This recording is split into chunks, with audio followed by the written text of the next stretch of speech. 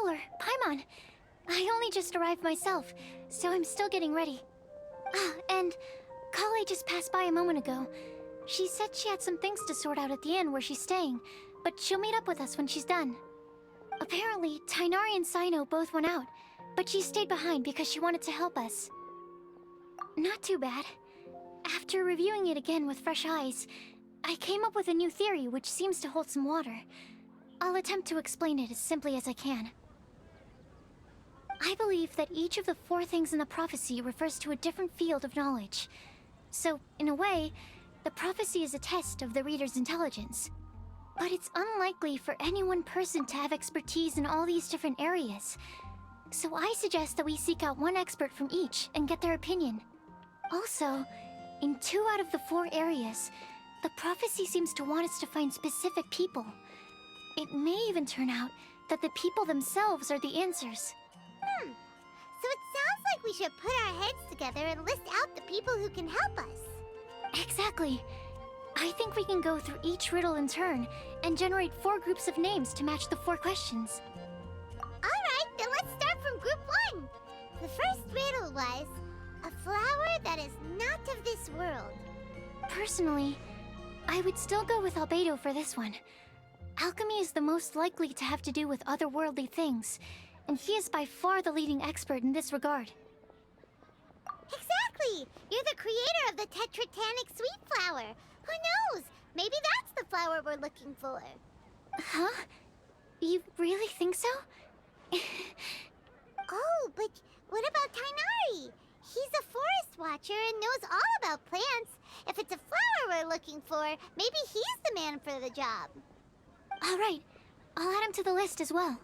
On to group 2. This subject is a guide who will never get lost. That's kind of abstract. Does it just mean someone who never loses their way? Wait, but they have to be able to guide others too, so it's not quite as simple as that. Oh, you mean Mona? Yeah, she definitely counts. Mona. Yes, she certainly seems very confident, and she can use her astrology to guide people. Would Bennett count? Well, his luck's so bad that as long as you go in the opposite direction from him, you'll always be going the right way, right? I see. I suppose I can't argue with that logic. Add him to the list. Finding everyone won't take long, so one extra person won't hurt. I know. Would Outrider Amber be a valid candidate for this category as well? Yeah, she would! She's got a great sense of direction after all. As a matter of fact, when the Traveler and Paimon first came to Mondstat, she was actually the one who gave us directions. Yes, she's certainly a good guide. Is there anyone else? Let me think. Yes, I believe there may be one more. Albedo once made a set of equipment for Mika from the reconnaissance company. He's their surveyor, and an exceptional pathfinder. He's even instructed others in the discipline of surveying before. So, in my view, he's highly unlikely to lose his way, and would be very good at helping others find theirs. Cool! Another one for our list! Wait, Collei should have been here by now. Wonder what's taking her so long. Sorry, could we continue our chat somewhere else? Oh, you wanna go see how she's doing, right? Sure, let's all go.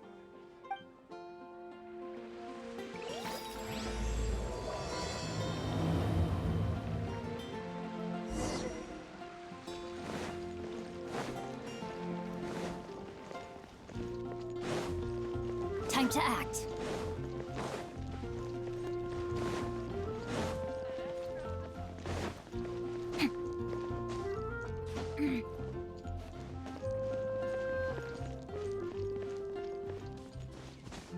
Perhaps I should go on a trip to Sumeru.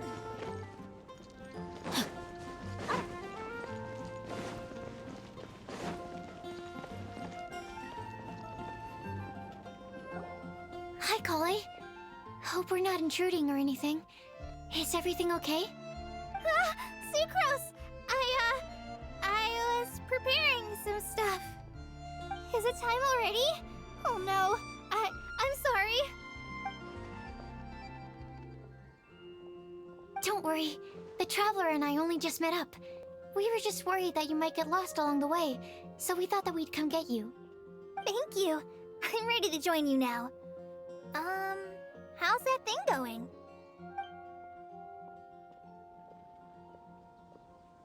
So let's pick up where we left off. Next up is the third line. One who would never lie. Anyone spring to mind? You really think so? Seems like it would be pretty difficult for someone in his position to avoid having to lie.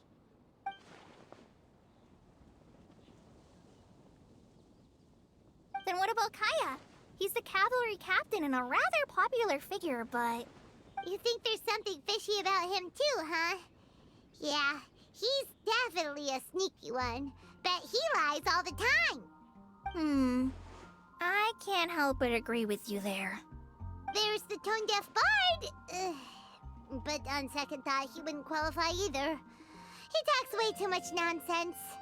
Is there anyone else we're missing? Acting Grandmaster Jean?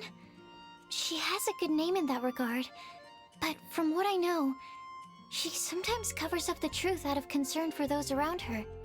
For example, when Lisa loses track of time in the library and misses her patrol shift, Jean will come up with some excuse, like Lisa's ill today. Also, she sometimes makes up stories to get Klee to behave, like the one about the big monster that comes to catch naughty kids who don't go to bed on time. Do you think that rules her out? White lies are still lies, but do we really have to reject her because of some harmless fibs? It's not like she had evil intentions. No, we're the ones being strict. Rosaria doesn't strike me as the type of person to lie. Oh, Collei, you probably haven't met her yet, have you? She's a sister from the church who looks, a little scary and not very sociable. She stopped by the alchemy bench once, a long time ago, and asked me about Albedo. I thought maybe she was trying to find him, for work or something. But when I asked, she just said that she was curious about him because he was so intelligent, and wanted to talk to his assistant to find out what he was like. A lot of people might have given a more tactful justification, but I could see in her face that she wasn't trying to hide anything. She was just very direct and straightforward. That's why I don't think of her as the lying type. Rosaria doesn't look like the sort of person you'd want to get into a fight with. Maybe she just fights her way out of situations that some people might lie to get out of. I can definitely see that. I've also heard the other sisters say that Rosaria doesn't even make excuses when she skips choir. She just doesn't show up. She's a tough cookie, huh? Let's put her name down. In that case, I think Cyno fits in this list too. True. Lying's probably more trouble than it's worth for someone like him. Kinda like with Rosaria. Oh, and Paimon also nominates Razor. Bet he couldn't lie to save his life. I've also got someone else in mind. Noelle, the trainee knight. She's a very honest person. I don't think she'd tell a lie.